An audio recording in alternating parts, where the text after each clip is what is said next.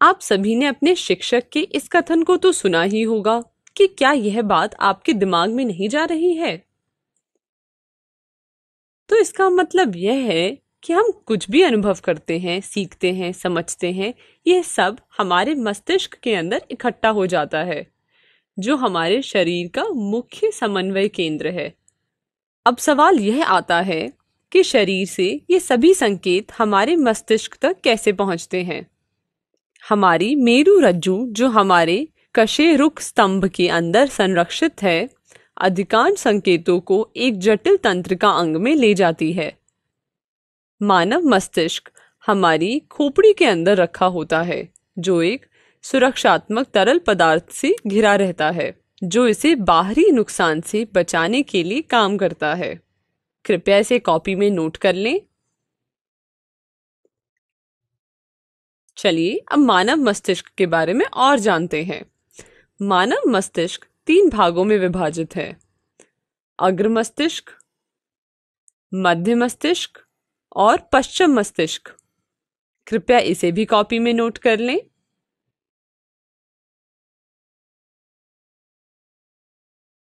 तो हमने अध्ययन किया कि मानव मस्तिष्क 3 क्षेत्रों में विभाजित है: अग्र मस्तिष्क, मध्य मस्तिष्क और पश्चिम मस्तिष्क।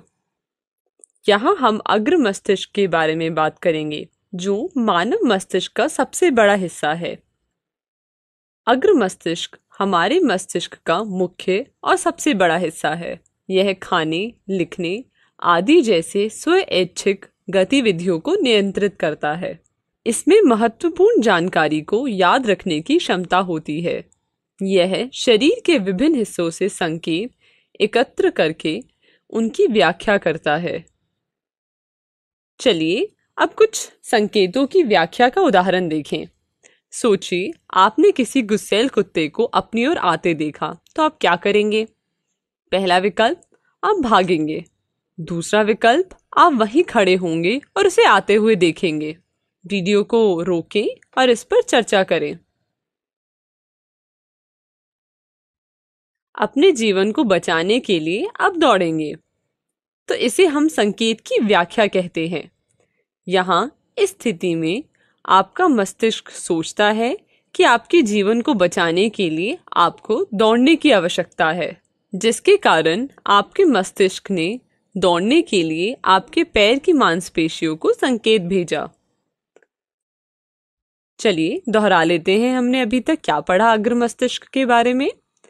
अग्र मस्तिष्क हमारे मस्तिष्क का मुख्य और सबसे बड़ा हिस्सा है। यह खाने, लिखने आदि जैसे स्वैच्छिक गतिविधियों को नियंत्रित करता है। इसमें महत्वपूर्ण जानकारी को याद रखने की क्षमता है। यह शरीर के विभिन्न हिस्सों से संकेत एकत्र करता है और उनकी व्याख्या करता है। यह हमारे भूख नियंत्रण, श्रवण, गंध, दृष्टि आदि के लिए विशेष केंद्र है। कृपया इसे अपनी कॉपी में नोट कर लें।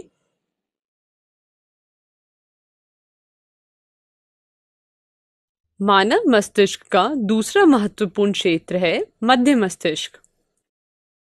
यह मुख्य रूप से कुछ अनैच्छिक गतिविधियों को नियंत्रित करता है, जैसे पुतली के आकार में परिवर्तन, सिर और गर्दन का हिलना इत्यादि। कृपया इसे अपनी कॉपी में नोट कर लीजिए।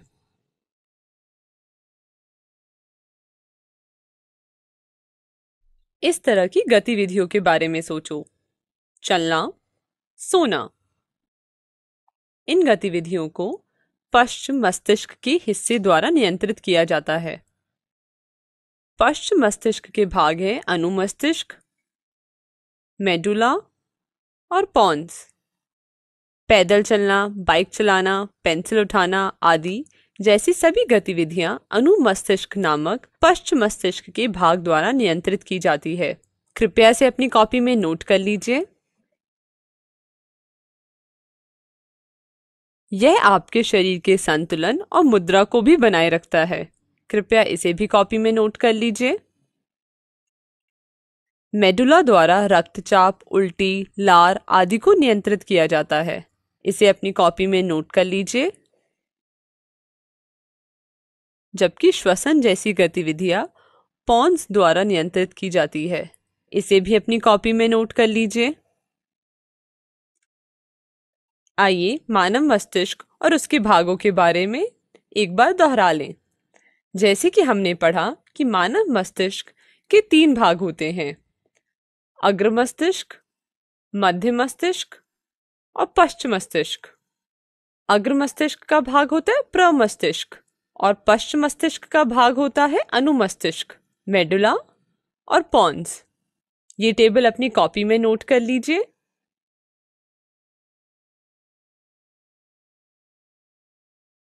प्रतिवर्ती चाप में हमने अध्ययन किया है कि तंत्रिका कोशिका की कार्रवाई के तहत हमारा शरीर खुद ही खतरे से दूर चला जाता है। लेकिन हम जानते हैं कि हमारा शरीर मांसपेशी ऊतकों की मदद से चलता है। तो ये मांसपेशी ऊतक चलते कैसे हैं? दरअसल हमारी मांसपेशियां की कोशिकाएं विशेष प्रोटीन होती हैं जो हमारे तंत्रिका कोशिका से विद्युत आवेग प्राप्त करने के बाद अपना आकार बदल लेती है। इसे अपनी कॉपी में नोट कर लें। मांसपेशी का संचालन कुछ इस प्रकार है।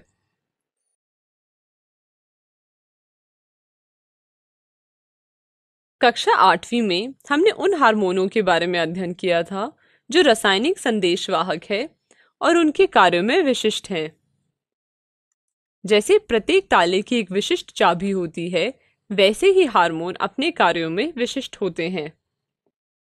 वे उन स्थानों पर संश्लेषित होते हैं जहां से वे कार्य करते हैं और इसी प्रकार उसी क्षेत्र में फैल जाते हैं। मानव शरीर में एक ग्रंथि प्रणाली होती है जिसे अंतःस्रावी ग्रंथियों के रूप में जाना जाता है, जिसमें कई ग्रंथियां होती है और प्रत्येक ग्रंथि अपने संबंधित हार्मोन को स्रावित करती है। ये हार्मोन सीधे रक्त प्रवाह में स्रावित होते हैं। कृपया इसे अपनी कॉपी में नोट कर लीजिए। चलिए अब हम मानव ग्रंथियों और उनके द्वारा स्रावित हार्मोनों पर एक बार नजर डालें। पहली ग्रंथि है पिट्यूटरी ग्लैंड, जिससे वृद्धि हार्मोन निकलता है और यह शरीर में वृद्धि के लिए रिस्पॉन्सिबल है। दूसरी ग्रंथि है थायराइड ग्लैंड, जिससे थायरॉक्सिन हार्मोन निकलता है और यह वसा तथा कार्बोहाइड्रेट बनाता है। तीसरी ग्रंथि है पैनक्रियास, जिससे इंसुलिन निकलता है और यह हमारा ब्लड शुगर का लेवल रेगुलेट करता है। चौथी ग्रंथि है एड्रिनल ग्लैंड, जो एड्रेनलिन हार्मोन निकालता है और फाइट और फ्लाइट जैसी स्थिति में काम आता है। फिर हमारी ग्रंथि है टेस्टिस, जिससे टेस्टोस्टेरॉन निकलता है और यह पुरुष में प्यूबर्टी चेंजेस के लिए रिस्पॉन्सिबल होता है। फिर हमारी ग्रंथि है ओवरीज, जिससे ईस्ट्रोजन निकलता है और यह महिलाओं में प्यूबर्टी चेंजेस के लिए रिस्पॉन्सिबल होता है। एक उदाहरण के साथ इन हार्मोन के कार्यों को समझते हैं। कल्पना कीजिए कि गिलहरी को पेड़ पर चढ़ते समय एक सांप दिखाई दिया। अब इस वजह से गिलहरी डर जाएगी और उसके पास लड़ने या भागने के 2 विकल्प होंगे। ऐसी आपातकालीन स्थितियों में मांसपेशियों को उच्च मात्रा में ऑक्सीजन की आवश्यकता होती है, जिसके परिणाम स्वरूप हमारा दिल तेजी से धड़कने लगता है। इस स्थिति में एक हार्मोन को उसके शरीर द्वारा स्रावित किया जाएगा, जिसको हम एड्रेनलिन कहते हैं। चलिए जानते हैं कि एड्रेनलिन के स्राव के कारण होगा क्या। मांसपेशियों को अधिक ऑक्सीजन की आपूर्ति करने के लिए हमारा दिल तेजी से धड़कने लगेगा। संकुचित धमनियों के कारण पाचन तंत्र और त्वचा में रक्त के प्रवाह की कमी हो जाएगी और डायाफ्राम और पसलियों की पेशी के संकुचन के कारण श्वसन दर भी बढ़ जाएगा। कृपया इसे कॉपी में नोट कर लें।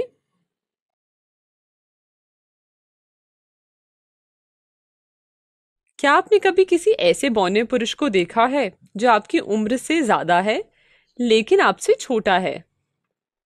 ऐसी स्थिति शरीर में हार्मोन्स की कमी की वजह से आती है और इन्हें हम कह सकते हैं हार्मोन की कमी से होने वाले रोग। हार्मोन्स की कमी से मनुष्य के शरीर में विभिन्न प्रकार के रोग हो जाते हैं, जैसे मधुमेह जो इंसुलिन की कमी से होता है, घेंघा जो थायरॉक्सिन की कमी से होता है। घेंघा को हम अंग्रेजी में गॉइटर भी कहते हैं। कृपया इसे अपनी कॉपी में नोट कर लें।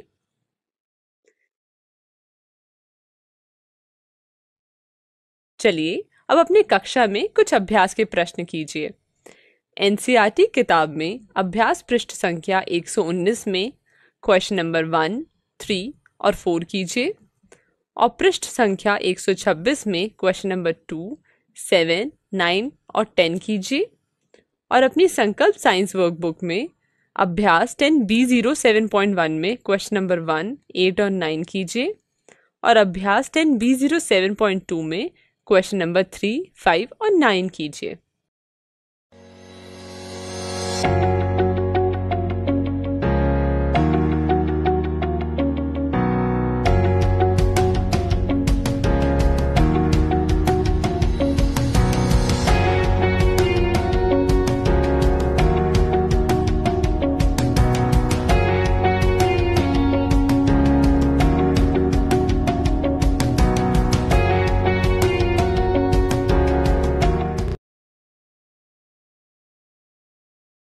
पहला प्रश्न। चलिए अब इसके विकल्प देखें। चलिए अब इसका सही उत्तर जानें। सही उत्तर है ए,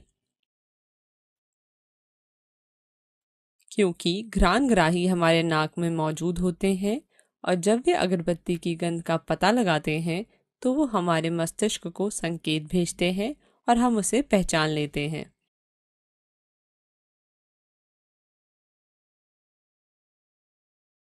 दूसरा प्रश्न और इसके विकल्प हैं।